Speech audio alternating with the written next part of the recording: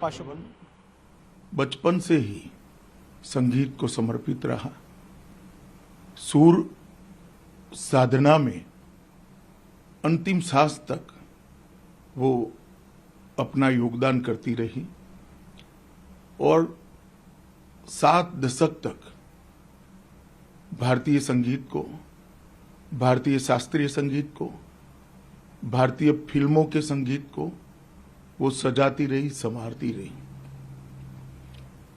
गाना चाहे कोई भी हो, भक्ति गीत हो, चाहे शास्त्रीय संगीत हो या चाहे फिल्मी गाने हो, लता जी ने सभी प्रकार के गानों से उनके चाहने वालों के मन को मोहा है। लता जी की आवाज ईश्वर की देन थी।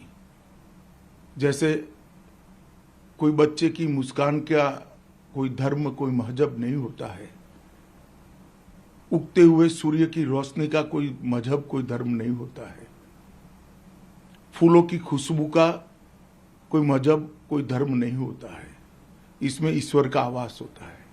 इसी प्रकार से लता जी की आवाज का भी कोई मजहब, कोई धर्म, कोई सीमाएं नहीं थी। वो पूरे विश्व को ईश्वर की देन थी। मेरे व्यक्तिगत जीवन में भी लता जी से मेरे घनिष्ठ रिश्ते रहे हैं। कई बार मेरे जीवन के नाजुक से नाजुक पलों में मुझे उन्होंने ढाढ़स बंधाने का भी काम किया है और हमेशा उन्होंने जब भी फोन किया तो फिल्म इंडस्ट्री के लिए किया या संगीत के लिए किया। इतना समर्पित जीवन आज हम सब के बीच में नहीं रहा है।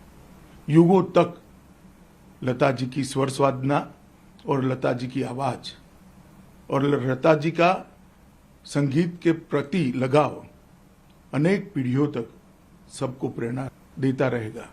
और आज जब लता जी नहीं रही है, तब मेरे जैसे करोड़ों उनके चाहने वाले एक रिक्तता का अनुभव कर रहे हैं। और ये जो शून्यावकाश हुआ है वो काफी लंबे समय तक भारतीय संगीत में उसकी क्षतिपूर्ति होना मैं असंभव देखता हूँ। लता मंगेशकर ने अनेक भारतीय भाषाओं के संगीत को भी अपने योगदान से मजबूत करा, लोकप्रिय किया और मूल शास्त्रीय संगीत से बने गानों से उन्होंने नई पीढ़ी को भी शास्त्रीय संगीत को जानने का और उसकी मधुरता को पहचानने का मौका दिया। आज लता जी हमारे बीच में नहीं है। हमेशा गीता में, ईश्वर में इनकी श्रद्धा रही।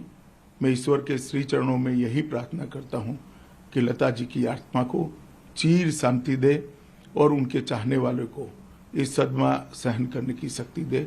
ओम शांति शांति शांति।